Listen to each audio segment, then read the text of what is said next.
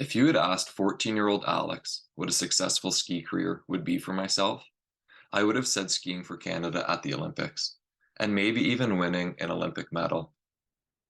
A decade ago, I probably would not have said that a successful ski career for myself was developing lifelong friendships, developing invaluable life skills, becoming a leader for my teammates, traveling around the world, meeting an amazing partner, and becoming a better person. Well, a decade later, I haven't skied at the Olympics, and I don't really care. I'm honestly far more proud of the life skills which skiing has taught me and the people whom I've met through the sport. Good evening, athletes and coaches. It is such a pleasure to speak with you all tonight. When Todd reached out to me to deliver a talk with you all, I was thrilled, as OFSAA holds a close place in my heart. The lifelong friendships, the fast skiing, the hype, and the prestige. So I took some time to think about the best approach for this talk. I asked myself, what would 15-year-old Alex have appreciated the most? Well, what came to mind is the fact that I'm only 5 to 10 years older than you. Just 10 years ago, I fondly remember my first trip for OFSAA to Timmins and the thrill of winning my first OFSAA gold medal, the excitement of the team relay, and the camaraderie of our Orangeville District Secondary School team, the Scarlet Bears. I ultimately felt like the most meaningful talk would be sharing all of the skills which got me from OFSAA 2013 in Timmins to representing Canada at the World University Games in both 2019 and 2023. The photo on the left of my screen is from OFSAA 2013, and the photo on the right is from leading Canada as flag bearer into the 2023 World University Games.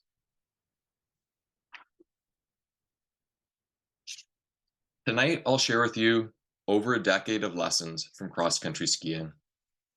I will discuss with you what skiing has taught me the past years.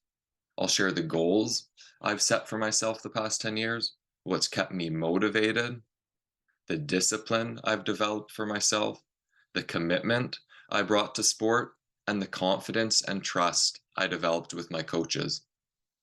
Also, I will discuss the importance of team culture, something which has become so meaningful to my teammates and I at Nipissing University in North Bay. In relation to team culture is the act of leadership, something else which I will talk about tonight.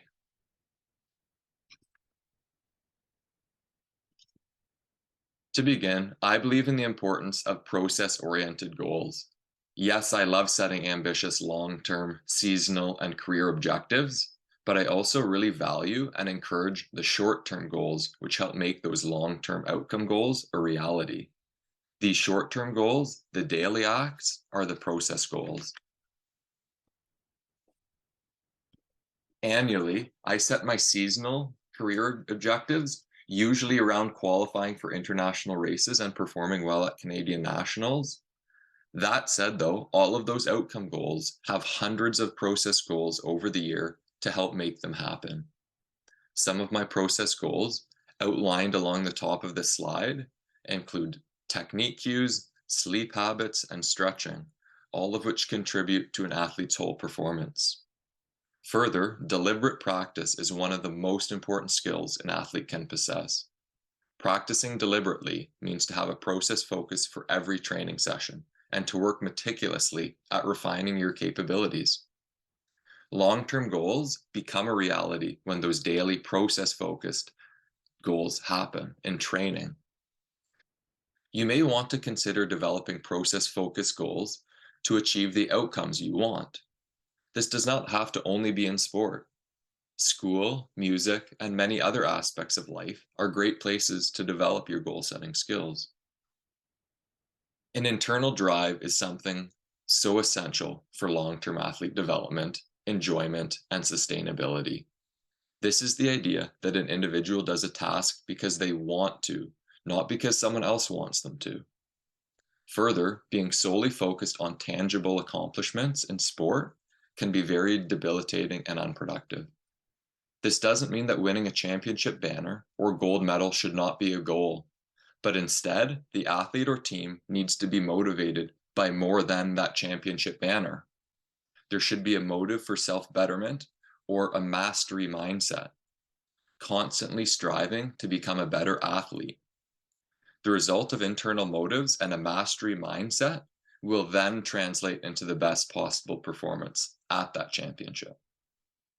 We cannot control our competitors' actions, strategies, fitness, strengths, and weaknesses, but we can control all of those aspects within ourselves. A motivated athlete is determined to maximize their own strategies, their own fitness, and their own race strengths to be the most prepared possible on competition day. Discipline. It was 5:30 a.m., the weather was 5 degrees and raining, and I had a 90-minute roller ski before I had work at 8 o'clock. No, I don't always want to train alone in this weather, but I did so because I knew deep down that it would make me stronger, faster, and more resilient. The photos on this slide are images of me skiing back in 2013 or 2014 on Zamboni snow, a practice to try to keep up with my Northern Ontario rivals already on snow. My point is that only the tip of the iceberg is seen by the population compared to the thousands of hours devoted to becoming one's best. To me, discipline has been doing the hard work day in and day out because I wanted to be committed to myself and my teammates and see how good I could become at the sport. Great athletes are willing to do the hard work even when they don't feel like it. This is discipline. They are disciplined to work through injuries with athletic professionals and do not give up after small setbacks. An example of this is in July of 2019, I experienced a grade 3 ankle sprain during a technical trail run, but it took over 2 months of rehab exercises with a chiropractor and athletic therapist, but I cross-trained through it. I stayed committed and focused to myself and my teammates. I improved both my aerobic fitness and power as a result of consistent cross-training. This is discipline. Commitment, fighting to the finish line for yourself and your teammates. To me, commitment is chasing goals and aspirations to the very best of one's ability. This means consistently completing vigorous training regimes specific to an athlete's sport and usually supplemental cross-training. Commitment is also fighting with every bit of energy right to the finish line because you're so driven to perform at your very best. I have had some of my most memorable ski races and photo finishes. My teammate, Jordan Cascanet, and I earned provincial gold and silver for Nipissing University at the 2019 Ontario University Championships in a photo finish. That moment is depicted in the bottom left photo. 3 weeks later at the Canadian Nationals, Cascanet beat University Laval skier in another photo finish, earning the two of us national championship status in the men's team sprint. That photo is shown in the top left. Athletic commitment in racing becomes so very valuable, both presently in the classroom and for one's future. Whether it is pursuing a career or creating lifelong relationships, I truly believe that a devoted athletic background is very important for becoming a committed, resilient individual. Confidence and trust. For the past 10 years of my athletic career, I've worked closely with the sports psychologist Karina Dillabo, particularly on my flow state. When I say flow in the context of skiing, I refer to the act of gliding on snow with no additional thoughts in my mind, rather totally being present in the action of skiing. We also worked on understanding the importance of process-focused goals, which I touched on earlier. Recall from earlier in this talk that process-focused goals are the things I can control every day to be better than I was yesterday. Again, I've learned to love my process-focused goals because I can control them. The outcome goals, I can't, so I let those go. Early in my high school career, though, I believe I set high but attainable goals. However, I focused so much on achieving those outcome goals that I lost sight of the internal satisfaction and competing to become my personal best. Working with Karina, though, I gained confidence and communication with myself and others, and I began to truly value the process of my athletic journey. Together with Karina, I created this mantra, and I've used it for years, one which I will continue to use in my athletic career and life going forward. So warming up and on the start line, I repeat to myself, I focus on myself, I focus on the process, I focus on the feelings, I focus on the moment. So by focusing on myself rather than others, I forget about my competitors. By focusing on the process, I stay present and I let outcomes sort themselves out. By focusing on feelings rather than thoughts, I let go of potentially unproductive ideas going through my mind. And instead, I literally feel my ski underfoot. Lastly, by focusing on the moment, I literally am in each second of the race course, not thinking about a 5K or a 7.5K race, but literally one ski push at a time, one hill at a time. This mantra settles my nerves and aligns my focus on the present controllable factors. Winning the ski race is not within our control, but skiing our absolute best technically and tactically sure is. Do you have a mantra? Maybe this is something worth considering moving forward. Teamwork and leadership. Teamwork and togetherness has become very important to me. Achieving goals with a united group is far more meaningful than with a group that lacks cohesion. I also really appreciate athletes who take an active role to support their teammates. It shows that they care about the team and want each member to perform at their best. I've tried to do so as a teammate, both at Orangeville DSS with the Scarlet Bears, but also at Nipissing U with the Lakers. I take the time to pat my teammates or competitors on the back after we finish a hard interval set on the trails, or when we finish a grueling race. I encourage you all to do the same. When I raced at the 2019 World Student Games in Siberia, my teammate Shelby Dickey took the time to message many words of support, despite a 12-hour time zone difference. To me, Shelby's actions showed strong leadership, a desire for her teammate to excel.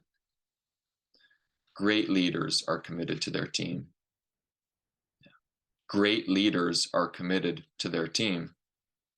Even in individual endurance sports, when you're out racing alone on the trails, one feels a true sense of togetherness because extraordinary teammates and coaches cheer knee-deep in snow on the trail's edge. I hope you can do this for your teammates.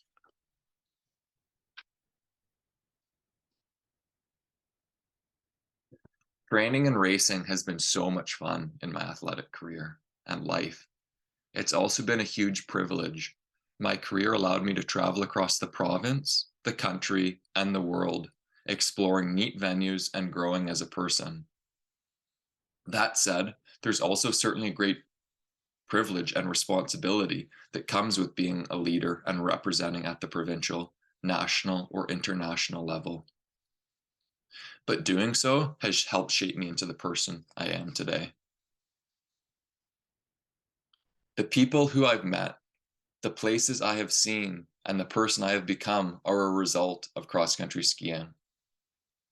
And when you each finish high school, I encourage you to continue pursuing cross-country skiing.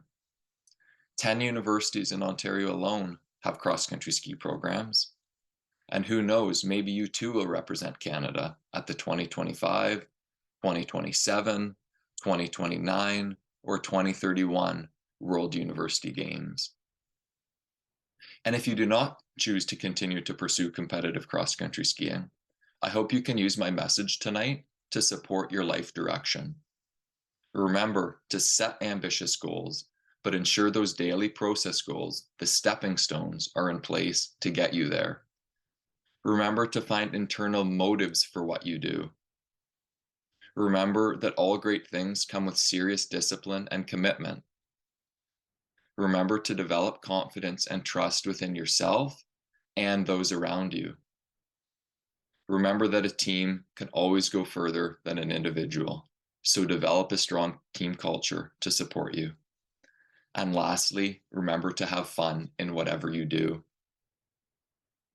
It's been a real pleasure speaking with you all tonight, and I want to thank Todd and the organizing committee for inviting me to do so. Any questions, please don't hesitate to reach out. Thank you very much.